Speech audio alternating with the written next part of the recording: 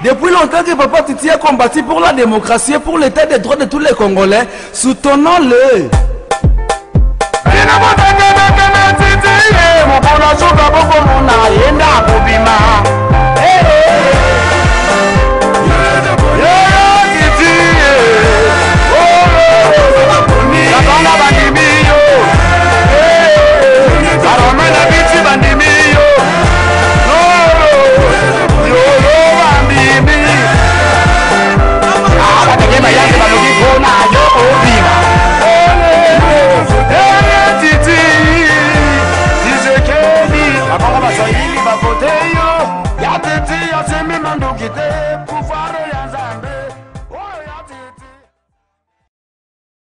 Je salue tout le monde, très chers Congolais, patriotes, combattants du Congo. Nous sommes ici pour la marche qui était prévue le 16 février, comme on a dit, Congolais nous sommes battelema qui kolobela likambu ya marche le 16 février. Bisope habitant ya ville ya Glasgow, bisotoza en Écosse na kati ya ville ya Glasgow. Totikali pe akofanda te totelemi ndenge bozomona biso toyelelo po toyeba koloba kopesa message po na mboka na biso. Tomoni combien batu bazo kufa, tomoni pasi na mboka, tomoni makila, 8 millions de morts et 300 000 femmes au baza violé katikati na Congo. Yango biso pe peuple congolais totelemi po toya ko passer message oyo. Tomona kuna bandeko bazo yemba eza signe ya message ndenge culture na biso koyemba nde ko passer message na biso epai na population pe epai na peuple. Bozomona kuna peuple nyonso atelemi aza koloba, peuple nyonso atelemi aza koganga, tosali ba leaflet topesi message katikati na mboka oyo. Baskotish bayeba eloko ni biso tolingi, bayeba eloko nini biso tozolobela, bayeba eloko nini biso tolingi katikati na mboka na biso. Batu bazo kufa, makileza kotanga, yango nde biso lelo message na biso ezali na tina wana katikati na esika oyo. Toye koloba na mokili mobimba. Tozo pesa message na moto nyonso, na Congolais nyonso atelema. Congolais siko ozali eza susu tango kolala te.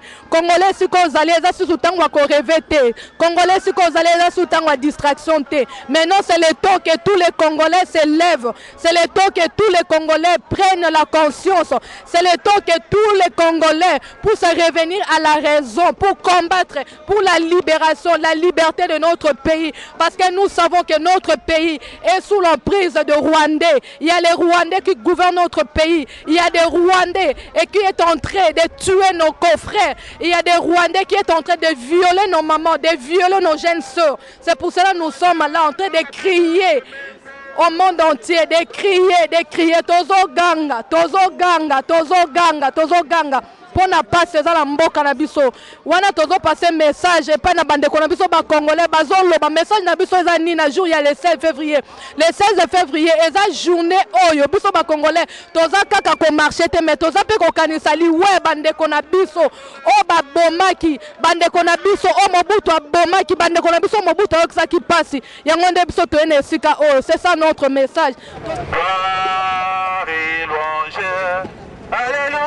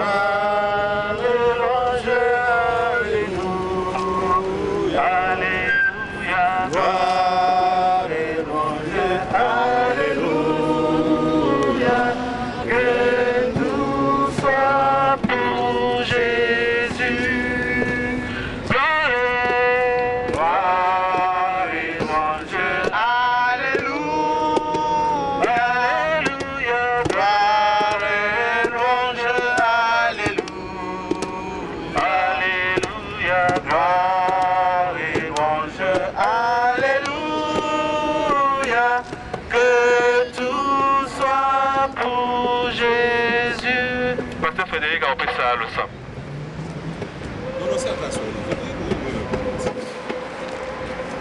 Bwana, tunakuinua hii wakati, tunajitia katika mikono yako. Unastahili kuinuliwa hii wakati Bwana. Sisi watoto wako, angalia mateso tunasimamia hapa Bwana. Tunakuhitaji ututangulie kwa mkutano huyu Bwana. Wewe ututengenezee ndia, funga vitu vyote ambavyo vibaya viko ndani ya ndia. Natia watoto wako katika mikono yako. Wewe uko Mungu na baki Mungu. Roho wa Bwana ukikana na kila mmoja hii wakati. Ubavike nguvu sababu ulifika bala ba Israeli wakati walikuwa wanavuka Jordan. Bwana, hii wakati ni wakati wako. Na yacha katika mikono wako. Tutembee na wewe, tumalize na wewe kama Mwokozi. Amen. Amen.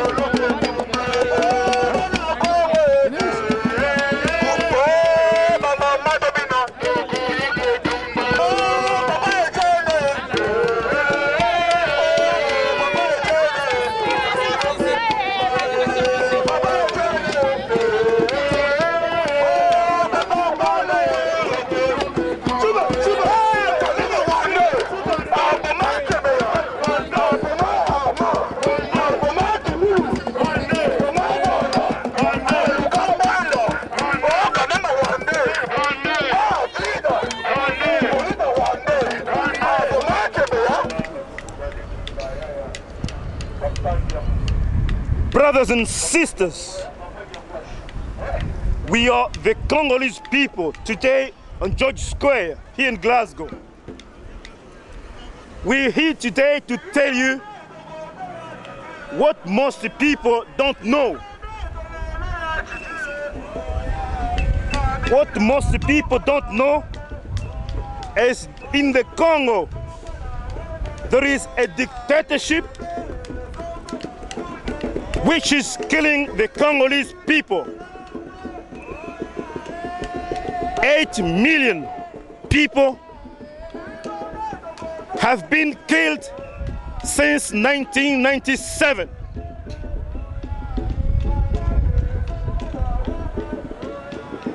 Some people might call what is happening in the Congo as the African World War. This war is ongoing. And the guy who was brought to the power as the head of state of the Congo, the so-called Joseph Kabila, is a dictator. This guy, incompetent in every way. The Congolese people went to the polls last November to choose their own president. According to international missions, the Carter Center, the European Union, the Catholic Church as the national observers, they all came to the conclusion that Mr. Kabila lost the election. But he wants to hang to the power to carry on butchering Congolese people. That's why we are here on George Square today. As back home in the Congo, the Christians are on the streets to reclaim the will of the people. The will of people, which is Tshisekedi as president. So we are here to tell the Scottish people that together with our brothers and sisters who are back home, we've got to respect the will of the people who chose Mr. Tshisekedi as a president. Thank you.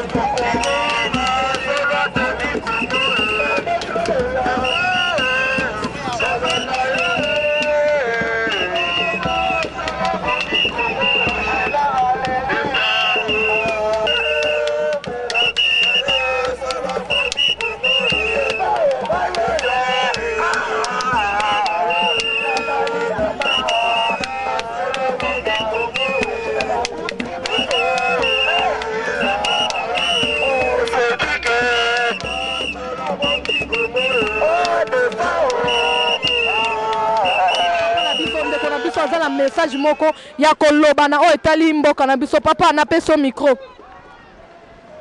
Ingeta mama. Merci to ngika to lo baboye bande ko ba congolais to bosana eloko moko te. Po ete mboka wana ya Congo na lobaka ngo na mikolele karate ezali mboka oyo ezali pona ba ancêtre na biso ngai na bino mitolu na biso bakunda ngo na kati ya mboka wana.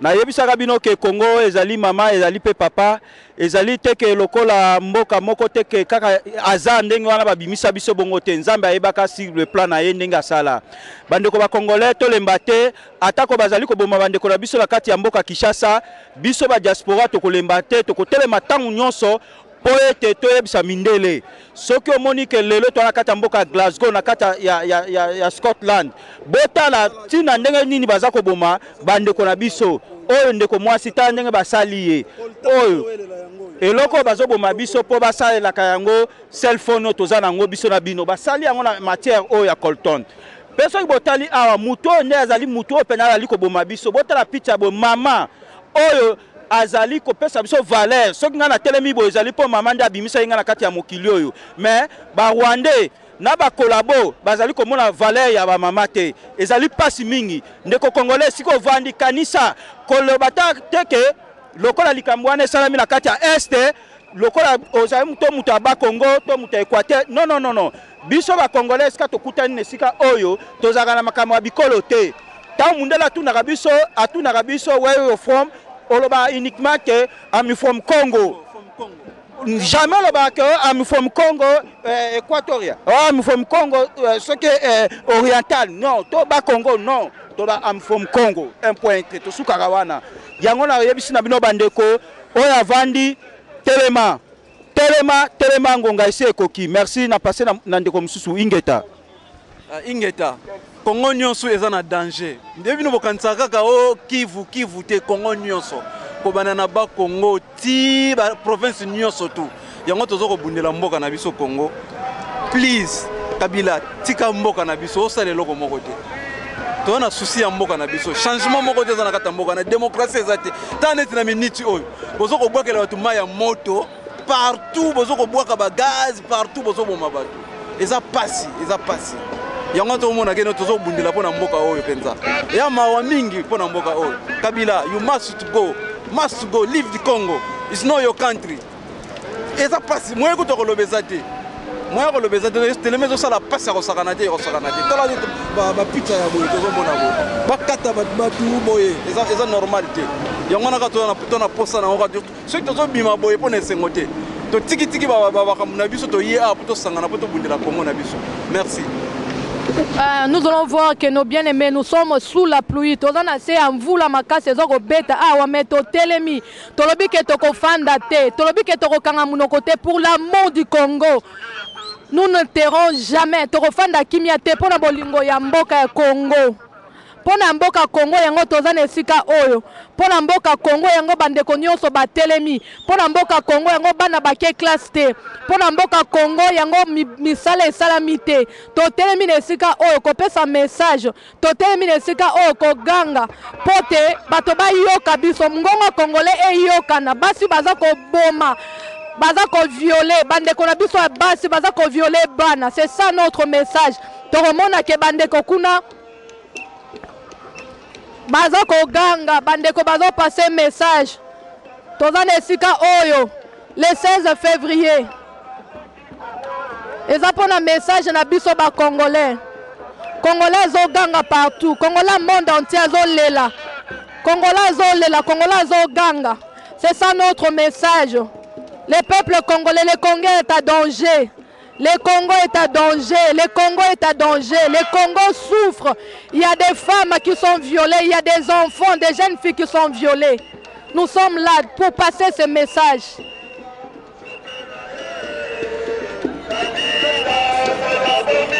Tozo mona libota munene ya Glasgow esangani. Pona koyeba na ko passer message oyo. Bandeko baene sika oyo. Pote baloba enough is enough. Pona koloba ke passe c'est leki. Pona koloba ke souffrance est commis déjà à terme. Pona koloba ke makila c'est tangi mingi. Tolingi su makila tangate. Makila tangi mingi na Congo. Makila tangi mingi na Congo. Makila tangi mingi na Congo. Yango toene sika oyo. Mama baena bana na se ambula oyo. Balobi te to eko supporter Congo, nous sommes des Congolais. Bano bozo mona baza ba Congolais. Baza kati makila na bango eza kati na makila na bango ya les 100 Congolais. Yango ba mama batemi pona koloba. Topesi micro na ndeko na biso. Toye awa atoza na Glasgow, toza na se ya mbula ezo beta toye à côté mapona Congo. Enough is enough. 8 millions de personnes bazo kufa. Mutazo lo bate loko moko te. Yango totelemi awa Kabila tolobi kende. Oza Rwanda tolingi yo tie. Batso balingi na mboka la bango te tolobi kende, tolingi yo tie. Kende ko fana na Rwanda tolingi Tshisekedi président ya peuple obat ba ponaki avanda wana mwana mboka aye bandeni to bongsa mboka na biso. Ngeta mama tozo continuer omona bandeko bazo yemba bandeko bazo ganga bandeko bazo loba topesi micro na bandeko na biso solembi mama oza un message ya koloba pona tina marche ya lelo ya le 16 février katikati na ville na biso à Glasgow. Merci pona opesa ngai maloba ya solo toyebi ke mboka na biso eza na pasi baviole eza koleka bana baza koboma bango bayibi biso belerso makambo ezebele toza na kanda makasi kana chien zonga ya mboka na Rwanda tolingi yo te soki na ndako ya bato baboye koyamba yo bakendaka yo lingi kokende te okangami na biso likambo nini tolingi yo te toza kobengana okende tokoka kokata mike baye. Merci beaucoup mama Ingeta. Ngala kokato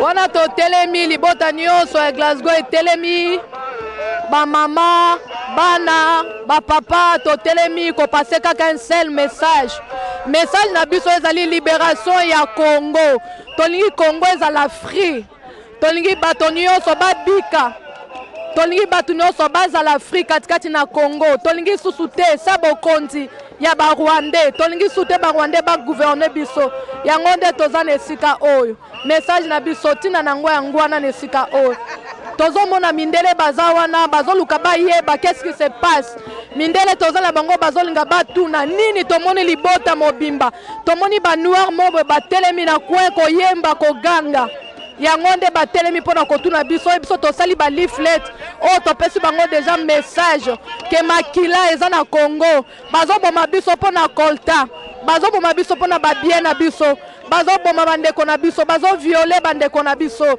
yango totelemi na esika oyo mpona koganga mpona koloba.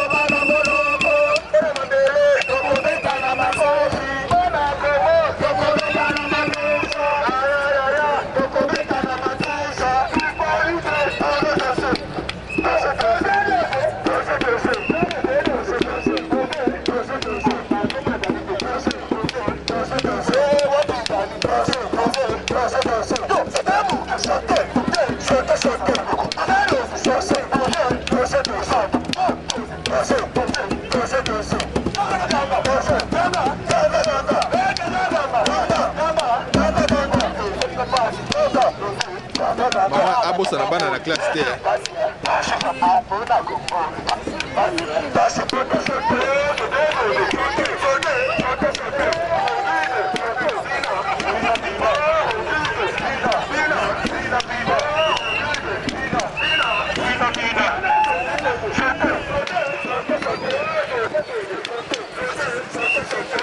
Pepe como bini so.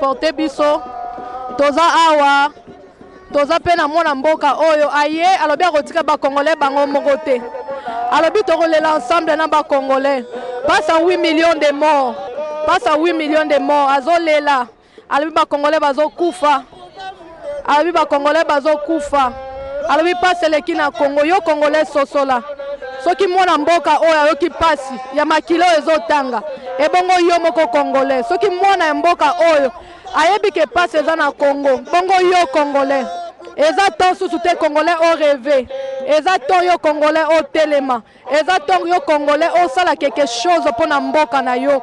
Est-ce que tu as un mot à dire ko lo balikambo moko kotala combien bande ko na biso bazokufa toya wa pona ko supporter milimo nyonso o ese kufa kati na mboka na biso toye toza ensemble na ba peuple congolais biso tozui opportunité liberté à côté de ma koloba mais pendant que bango baza privé na liberté est-ce que tu peux kolobelo komoko na mkola lelo le 16 février?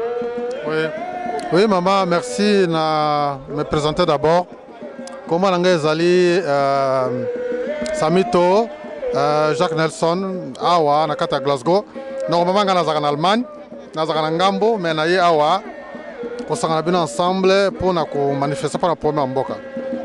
Maman, merci mingi nego pesa opportunité. Omoni makambo zo le kana mboka ezali vraiment mawa mingi parce que omoni pouvoir basala on a force te. Pouvoir ezali ba pesa on a peuple. Mais ce que le peuple a lingué le sous-te, le peuple a séparé son gouvernement on a été carrément bâti kaka. Mais on est tous vivre na Congo, ezali biloko moko ya pasi, ezali mawa mingi que ba komi ko bomba peuple le kola ba soso. Donc peuple a son valeur te, mensonge, dictature, ba biloko na maman ezali vraiment mawa mingi. En tout cas, vraiment iloko na Congo le pas na question poser nga yango wana. Merci maman. Na habite so za le kamusu. Merci beaucoup papa. Biso to moni ndeko na biso atiki Allemagne aye a na mboka na biso na ville à Glasgow.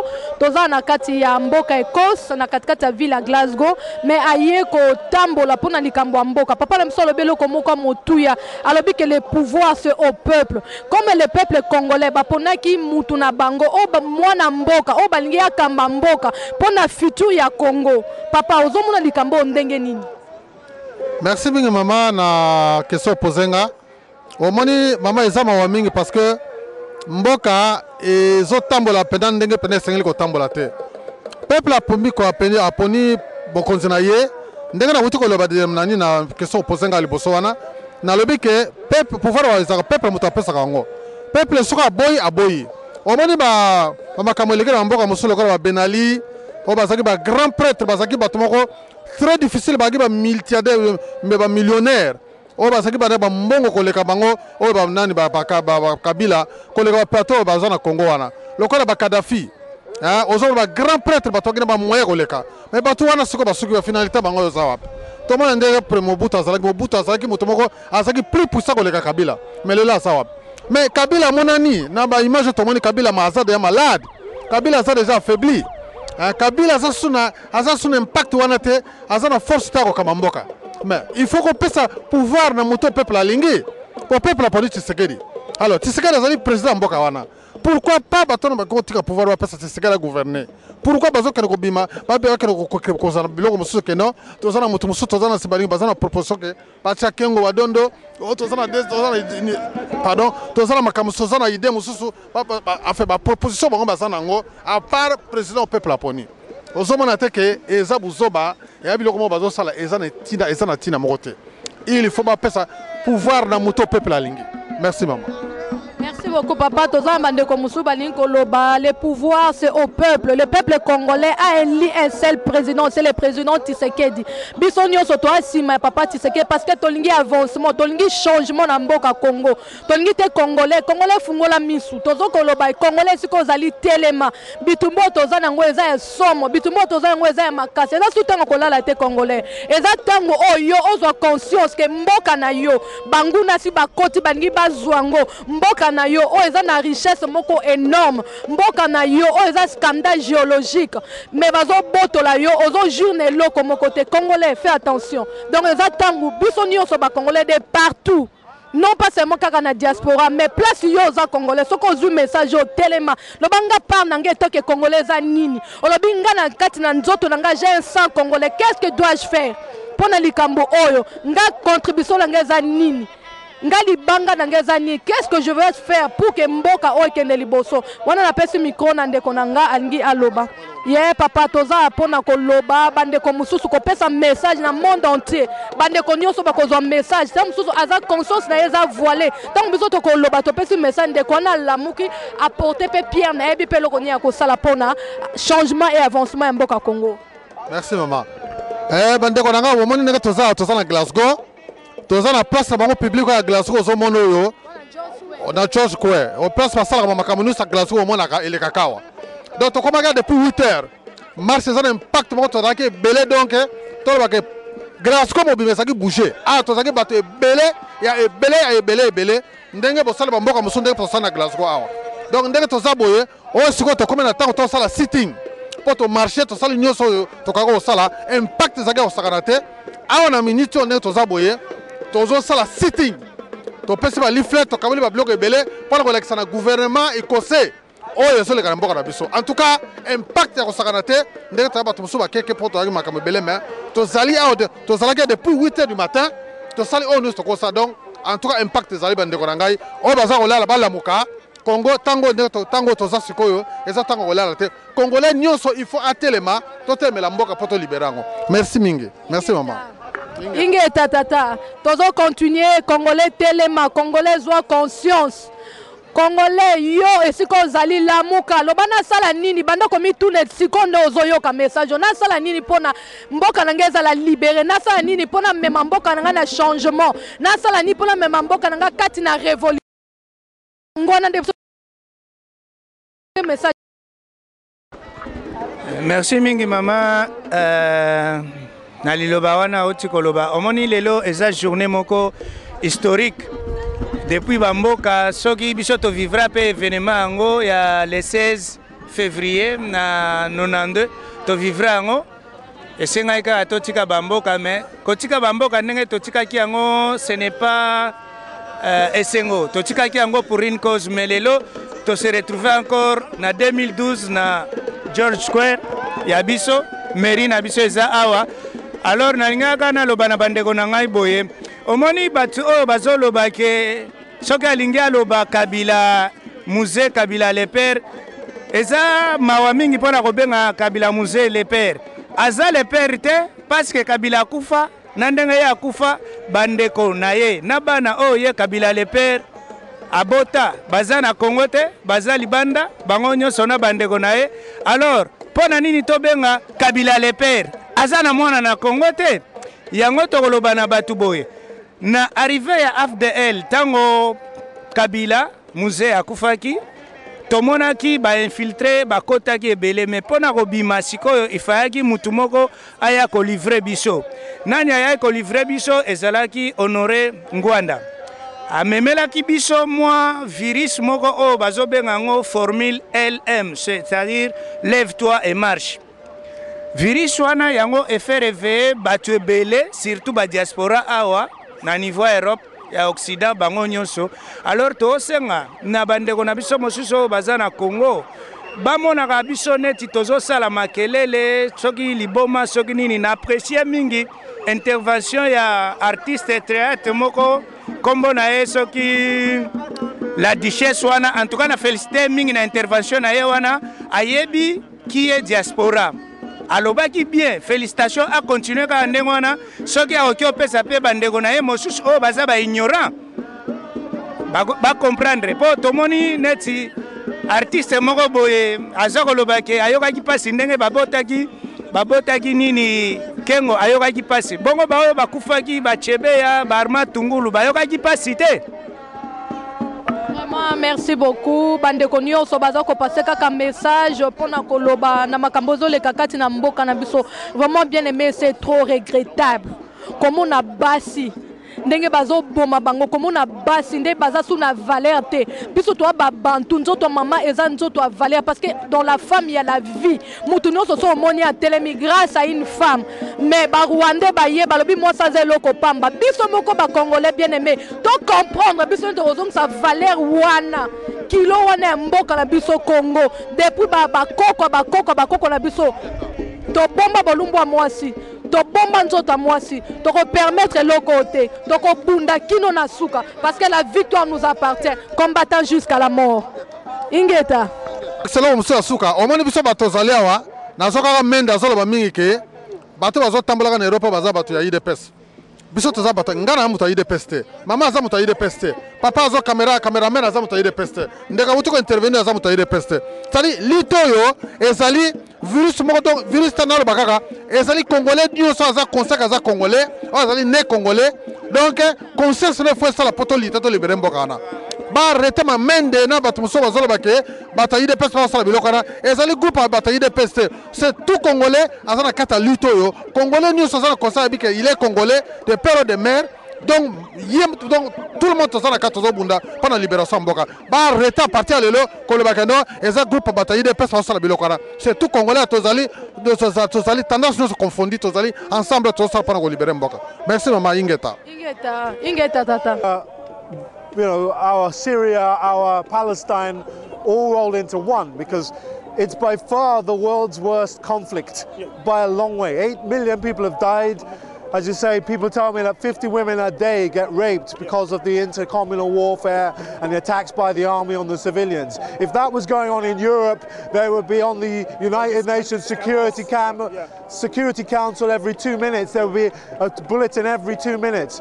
But there's a world conspiracy going on because produce that Congolese people produce from the mines that produce coltan, minerals like tanzanite, all these things which every mobile phone has, should be making Congolese people very rich, but it's not. Congo is one of the poorest peoples in the world, but they have all this mineral wealth which is being looted by all the neighboring countries. Behind them are America, China, Russia, France, Britain, and their companies are exploiting the mineral resources while allowing millions of people to die. And the corrupt president that's there, Mr. Kabila, who's stolen a second consecutive election, there's a UN conspiracy basically supporting him as the stability candidate.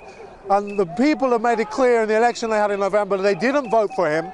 He stuffed the ballot boxes and used the military to try and enforce his rule on those people. And there's almost been nothing on the BBC, on Radio Scotland or anything like that about what's going on. Now, most of the Congolese people that are in Glasgow are refugees from that conflict, from successive waves, whether they came in 1992 or 1998 or in 2000 or since 2000. But they're all refugees from that war, which is still going on.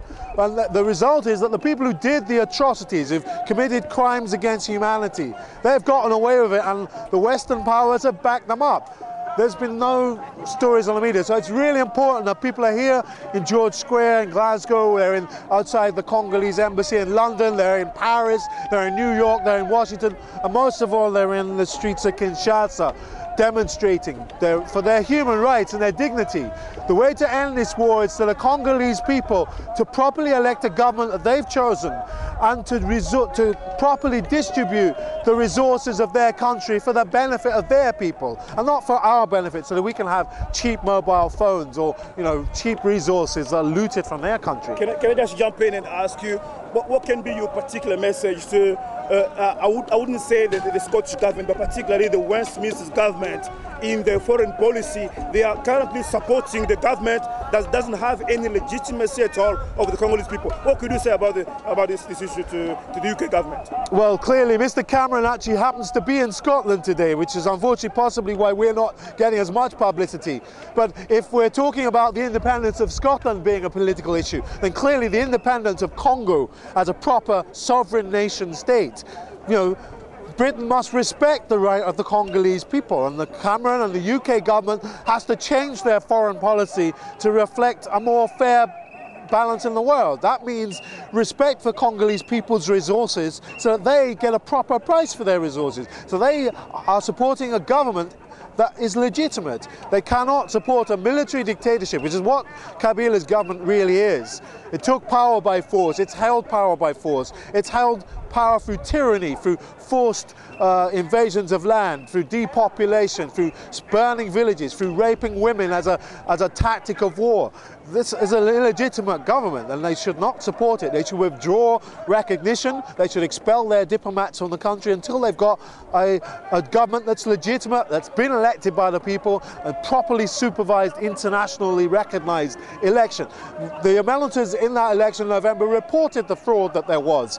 Everybody knows that election was stolen. And yet the people who are supporting the candidate who won, well, in Ivory Coast, when they say that the candidate who won was legitimate, what did they do? The French intervened to place that guy in power. Now, I dispute that legitimacy, but they intervened. They poured their troops in, changed the government, arrested the ex-president. Why won't they do that in Congo? Well, the answer is they have an arrangement with that ruler which is beneficial to the West. They get the minerals and resources for next to nothing. He gets the rule over his people. They stay poor, and Congolese still have to leave the country in droves as refugees. What can be your final word, particularly to the Congolese people who just turned up with small children here in the cold, in the winter, just to stand up and speak out about the issue in the Congo? What could you say about these Congolese people? Well, I think they're doing the right thing, and it's the right thing that they're here in George Square in Glasgow, but anywhere in Scotland. It's important for them to raise this with Scottish public opinion. Scots support human rights, they support the Palestinians, they support the Arab Spring and the revolutions that have happened. We've had Tunisians, Egyptians, Libyans in this very same square demonstrating and supporting, and Scottish public opinion and people signed petitions in support of these rights, and they will support the Congolese people. They have supported the Zimbabwean people before, so I'm quite convinced that if they appeal to Scottish public opinion, the people in Scotland will support them. But more important We must get our councillors and our politicians in Scotland from the Scottish Parliament to take a stand on Congo. And we have ourselves previously in 2007 and in 2009 and again last year took delegations to the Scottish Parliament to receive support, and parliamentary questions have been asked in the Scottish Parliament. So it is very important for us to wage our struggle there too. But also I tell Congolese people here, you're citizens, some of you now, register to vote. Lobby your politicians, make sure that they are aware of the situation in Congo. Two councillors, we've spoken to two members, one Danny Alderslow for the Greens Party, we spoke to Colin Deans, the independent councillor, we've spoken also to a couple of SNP councillors, and they're willing to raise the issue of Congo in the council chamber. And this is the year of elections. Elections will come up in May, so impress upon the candidates in the elections in May for the local councils that you want the Congolese community voice heard. Thank you very much, Ken. You're welcome. Just to give you impression as a Western man, you've got behind you the Congolese people here on George Square today on the 16th of February 2012. Can you tell us what the Congolese people can do to raise the issue of the Congo, especially with the war going on, with the current dictatorship in the Congo? What can be done to raise the issue in the Scottish public? I think today is really, really good. I think there's more of this. It's very, very loud. People coming by. It's great having all the people around the square handing leaflets out.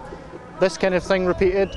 It's, I suppose, living in Britain, the only thing that we can do is try and put pressure on our government to issue statements of condemnation, like in the Scottish Parliament, calling Alex Salmond to issue a statement, and information. People don't know that in a mobile phone, that there's the minerals in your mobile phone are fueling the conflict, that the coltan mineral is being used by the West to make huge profits for Western companies, but not identifying that there's 8 million people have died, and for the West to stop any relations with the Democratic Republic of Congo, the leadership in those countries that are overseeing mass murder, really, that they're overseeing. And it's people like David Cameron, who's in Edinburgh today, talking to Alex Salmond. Those people, the people who control how Britain works and our international relations, need to be issuing strong statements to say it's not acceptable, and helping people in the Congo, the progressive forces in the Congo that want to see change, helping them to realise that dream of freedom and justice and democracy, and do things that are practical for them. I don't think that not calling for Western intervention, for the governments of America and Britain and France and Spain to go in and take control, but they need to help the people on the ground there to do things. But I think more protests, more information days, get the word out that there's what the problem is. Because in the West, they do it all the time with conflicts in other countries. They present it in a very simple way. It's black people in tribes, don't like each other, fighting against each other, and that's how they present it. And it dumbs down our understanding, and it doesn't allow that full understanding of what the conflict's about, because there's money and profit involved. But do you have any particular message to the mainstream media, particularly the BBC, which is actually one of the biggest medias in the world? But they don't actually talk about the Congo. What's going on? People have been being massacred in the Congo with this conflict going on for more than 20 years now. But why our mainstream media don't talk about it? I would say, BBC, where are you? Do you know what I mean? They should be here today. BBC Scotland should be here today. There's 150, 200 people around Glasgow Square talking about trying to highlight an issue of 8 million people that have died in the last 10 years. Why aren't they reporting that? Do you know what I mean? The Congolese community in Glasgow is part of the multicultural city of Glasgow. We've got every right to have media attention than anybody else. And because there's 8 million people have died, and 8 million is probably a conservative estimate, there's probably a lot more than that. The poverty and the famine, I mean, the kind of the stuff outside of people dying, there's also massive other social issues that come from that. Mothers and children left without fathers, grandfathers, all that kind of stuff. Do you know what I mean? There's wider issues that they need to be telling the story of why is there a population of Congolese people in Glasgow living? What's their story?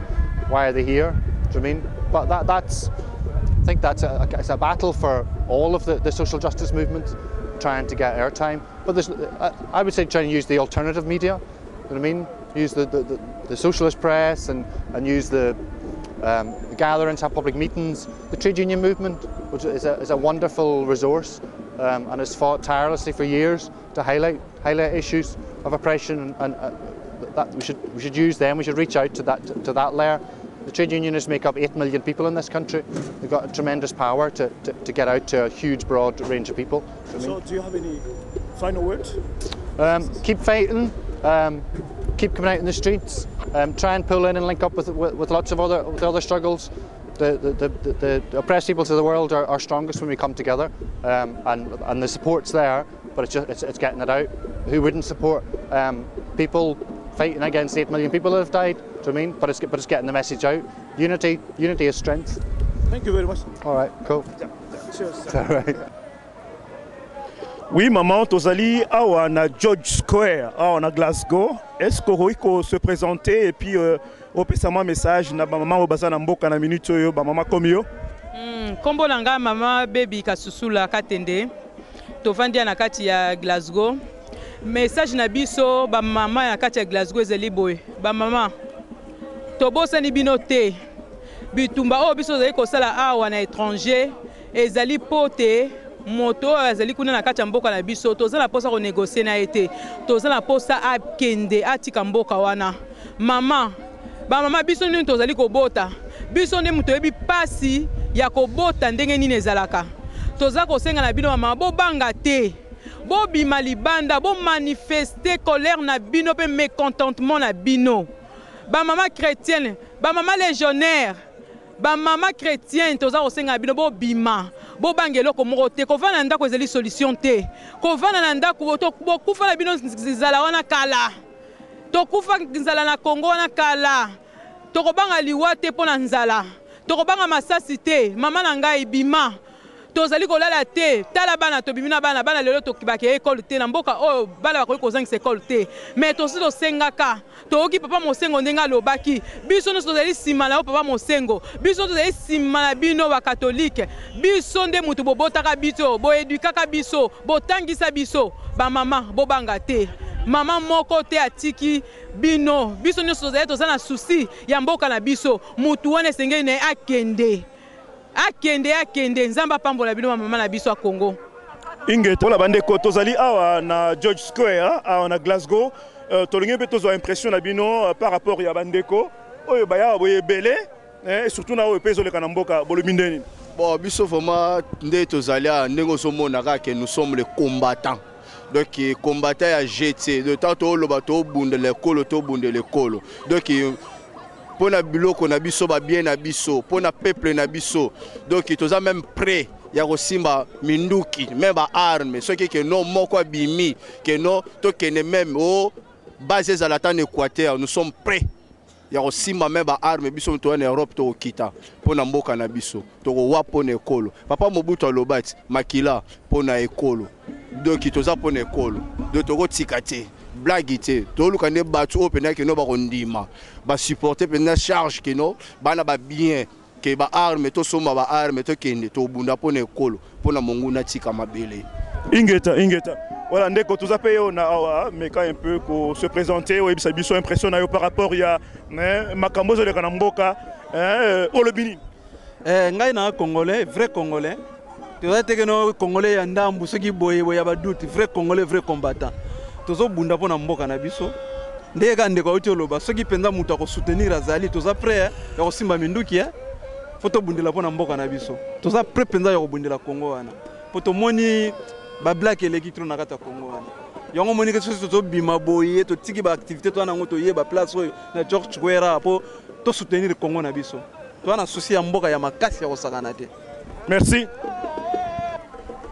Oui ba maman tozali awa na George Square place moko monene awa na Glasgow oui bisa biso ma combo s'il y a moyen t'es donc bon mi combo il n'y a pas de problème mais oui bisa biso yo en tant que maman ozo bisa ni ba maman basa na mboka comme langa likasa bololo bon malobalanga eza boye pona kotindela Kabila ye lokola azoko respecter bana ya Congo te ba marche toza ko sala baza ko respecter yango te. En tout cas, décision la biso ya souka eza poto benga na Kabila eza kaka mandoki.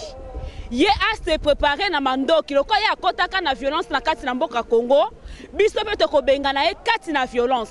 Merci papa. Ingeta. Oui maman yebisa biso oyoki moko maman mosusu likasa bololo auti koloba wa solution komeka manduki mais lelo yo maman oza na Glasgow George Square avec bana mike boye pembeni na kati ya hiver penza mbule zo beta malili makasi yebisa biso eloko nini oyoko sala wa surtout message pour na bana bazana mboka. Merci pour na opesa ngai parole. Kombo na ngai maman Nzeta Lipela. Ya solo Kabila atala souci o biso ba Congolais to nango po na mboka na biso. En plein hiver mbule zo beta toena bana batangi te. Nyoso po na kobundela mboka na biso. Toyebi ke ya zo ko empêcher biso zo ko sala tout ke poto zo pouvoir na biso te o bango ba yibi.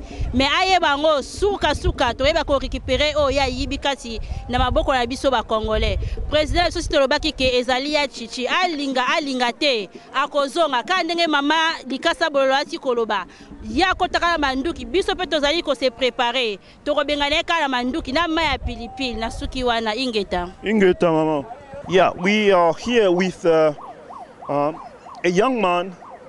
He came here with his parents in the cold, in the winter, to support other kids back home. Can you give us your impression about those people gathering here today? We're here today to ask the government to help and support us and to give us children of Congo what we want, which is justice. Thank you. Yes, so we are here at George Square. You are a young girl. Can you tell us what you want? We are all here because we want Kabila to go. So all of our brothers and sisters over there in Congo to go to school, and for the older one to go to jobs. Well done, thank you. Yes, so we are here on George Square. As a young girl, what can you say to the government back in the Congo, particularly Mr. Kabila? We are here today to tell Kabila to go, because one day he might get killed, so he better go. And all our brothers and sisters will go to school. You better watch out. Thank you. Voilà, nous sommes ici à Glasgow, particulièrement sur George Square. On peut parler français ou lingala ou toutes les langues nationales, il n'y a pas de problème. Est-ce qu'il y a moyen de nous donner un peu vos impressions vis-à-vis des Congolais qui sont venus aussi aujourd'hui, 16 février? Effectivement, mes impressions sont bonnes, mais suivi d'un peu d'inquiétude et de découragement, pour la plus simple raison que ce qui se passe dans notre pays, ça dépasse tout entendement. Nulle part au monde, on a vu des choses qui se passent au Congo. Bon, quant au sit-in de ce matin, je suis quand même fier, malgré nos multiples occupations, les compatriotes ont quand même répondu. Malgré une fine pluie, on a répondu par certains devoirs sacrés pour nous Congolais. Parce qu'ici, ce n'est pas notre pays. Notre pays, nous devons rester dans notre pays. Un pays que Dieu nous a donné avec tant de richesses, nous devons en bénéficier. Mais ce qui se passe au Congo, avec la complicité de l'Occident, nous sommes déçus, vraiment déçus. Mais quant aux impressions, les impressions sont bonnes. On a répondu tant mal. On a fait ce qu'on pouvait faire, comme c'est un sit-in. Bientôt, ça va se terminer. Mais nous encourageons au peuple congolais, partout au monde, on ne peut pas manger les omelettes sans casser les œufs. Le peuple congolais doit comprendre cela. Et le président élu, Etienne Tshisekedi, avait dit aux Congolais de braver la peur. Ce qui entrave les Congolais de reprendre la souveraineté de leur pays, c'est la peur. Parce que la Constitution est claire, à son article 26, la marche, les manifestations pacifiques sont autorisées. C'est l'article 26 qui le dit, de la Constitution actuelle au Congo. Mais comment voulez-vous qu'à la veille de la marche programmée par l'Église catholique, qui est une grande institution dans ces pays et à travers le monde, on interdit aux Congolais de marcher? On interdit aux Congolais de marcher. Ça se fait nulle part. Et avec la complicité de l'Occident. Merci. Alors, quel est votre dernier mot? Le dernier mot, j'exhorte au peuple congolais qui se passe à Kinshasa. Nous allons faire pression en Occident ici. Mais les résultats, c'est à Kinshasa. Les gens doivent marcher, doivent se soulever. Et je répète, on ne peut pas manger les omelettes sans casser les œufs. Nous avons vu en Libye, avec Kadhafi. Nous avons vu avec Moubarak en Égypte et en Tunisie. Ils sont partis. Merci. Oui, voilà, pasteur, nous sommes ici à Glasgow, particulièrement sur George Square. Et quelles sont vos impressions par rapport à la journée d'aujourd'hui avec des Congolais qui sont ici, qui ont bravé l'hiver? Les enfants ne sont pas allés à l'école, tous nous sommes ici pour parler de notre pays. Quelles sont vos impressions? En tout cas, nous sommes d'abord très heureux pour ce qui se passe aujourd'hui à Scotland et particulièrement ici à Glasgow. Nous voyons, nous sommes pendant l'hiver et il est en train de pleuvoir même. Et nous voyons les femmes, les hommes, les enfants qui ont même demandé la permission à l'école pour être à cette marche. Et nous sommes vraiment très heureux parce que nous sommes en train de réclamer et de revendiquer notre droit. Au fait qu'on nous a volé nos élections au Congo. Et nous savons que notre président que nous connaissons, c'est Etienne Tshisekedi, qui a été élu massivement par la population de la République démocratique du Congo. Alors, aujourd'hui, l'Église catholique, avec les autres organisations, avait organisé une marche le 16 février. Alors, c'est pour revendiquer, pour restituer la vérité et aussi pour demander au gouvernement actuel de démissionner, aussi au président qui est en train d'exercer les fonctions actuellement, qui n'a pas été élu, qui a volé les élections, de pouvoir démissionner. Alors, à notre grande surprise, parce que quand nous appelons au Congo ce matin, et lorsque nous écoutons la radio Okapi et puis les autres radios, qu'on a interdit la marche au Congo, au fait à Kinshasa particulièrement, et puis dans toutes les provinces de la République démocratique, nous sommes vraiment déçus et nous sommes désolés du fait qu'on a interdit quelque chose qui s'est fait dans tous les pays du monde. Hein? Tout ce qui s'est fait dans le pays du monde. Alors nous sommes vraiment déçus et vraiment nous ne sommes pas d'accord avec ça. Parce que le citoyen congolais ou bien le peuple congolais a droit à marcher, à revendiquer ses droits et de faire partir ces criminels qui sont au pouvoir. Et ces gouvernements criminels qui est en train de faire souffrir la population congolaise, qui est en train de faire souffrir les enfants. Hein? Nous avons le droit du sol. Nous avons le droit de notre pays, le Congo démocratique. Alors nous voulons vraiment que ces gouvernements démissionnent et ces gouvernements partent et Kabila rentre au Rwanda et puis tous ses collaborateurs soient poursuivis et soient mis en justice. Merci. Oui, papa, nous allons à George Square, à Glasgow, le 16 février. En tant que papa, okolo banini pona impression omonia ba maman ba yena bana na ba tiki ba classe ba tiki misala to yo lelo po to le makambo ko lobini ngai naza na kosepela mingi ndenge nzambe alakisi bana Congo que responsabilité zande ya bango ba lutter pour na mboka na bango pina yoki na coup de téléphone que semble que ba autorité wana ba pekisi marche na Kinshasa or marche wana nde lingaki débloquer makambo. Et il faut continuer à s'assumer parce que de mon côté, il faut quoi que ce soit. Il faut que tu continues à s'assumer.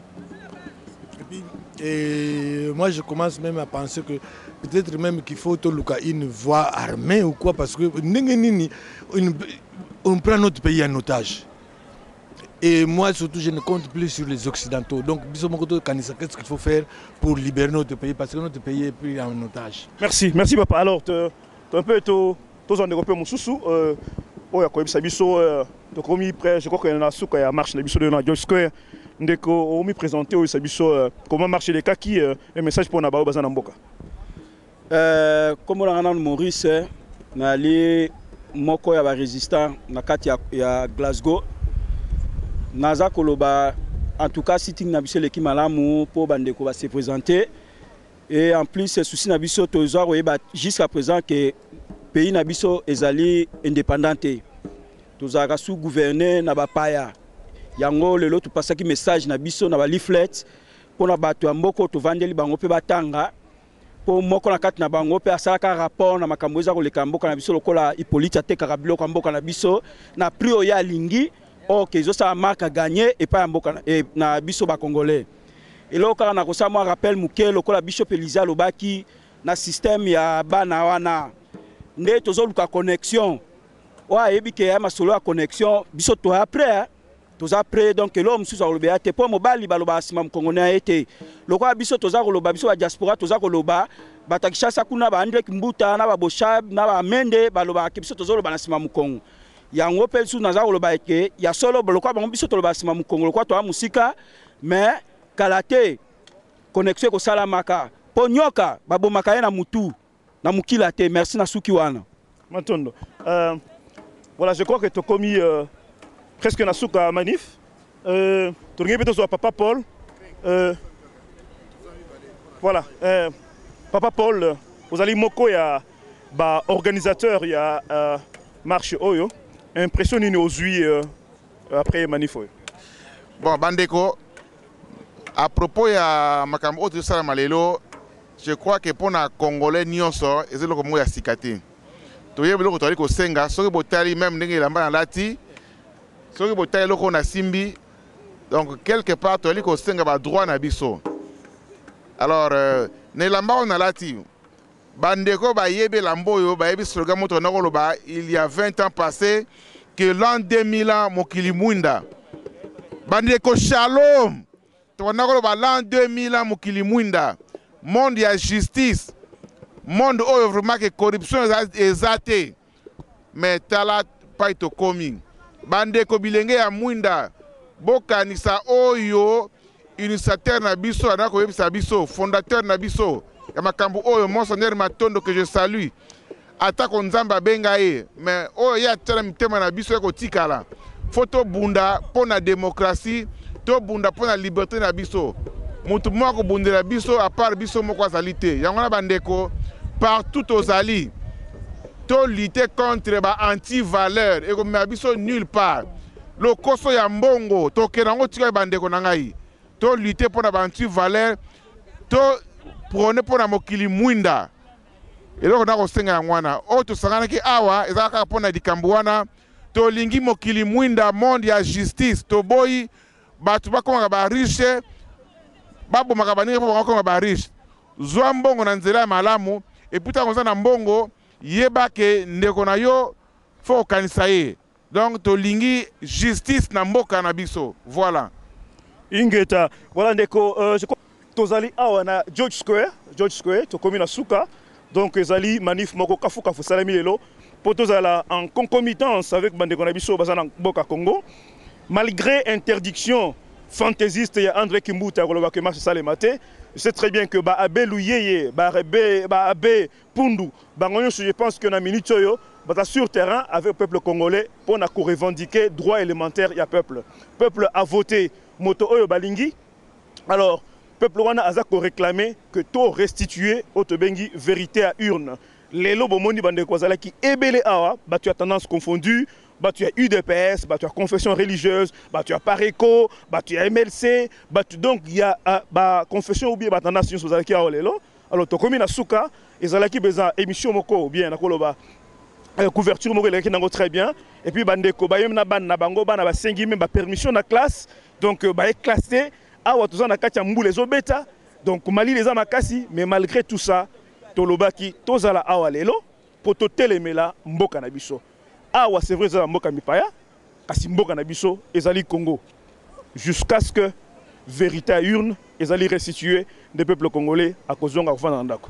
Merci beaucoup Ingeta.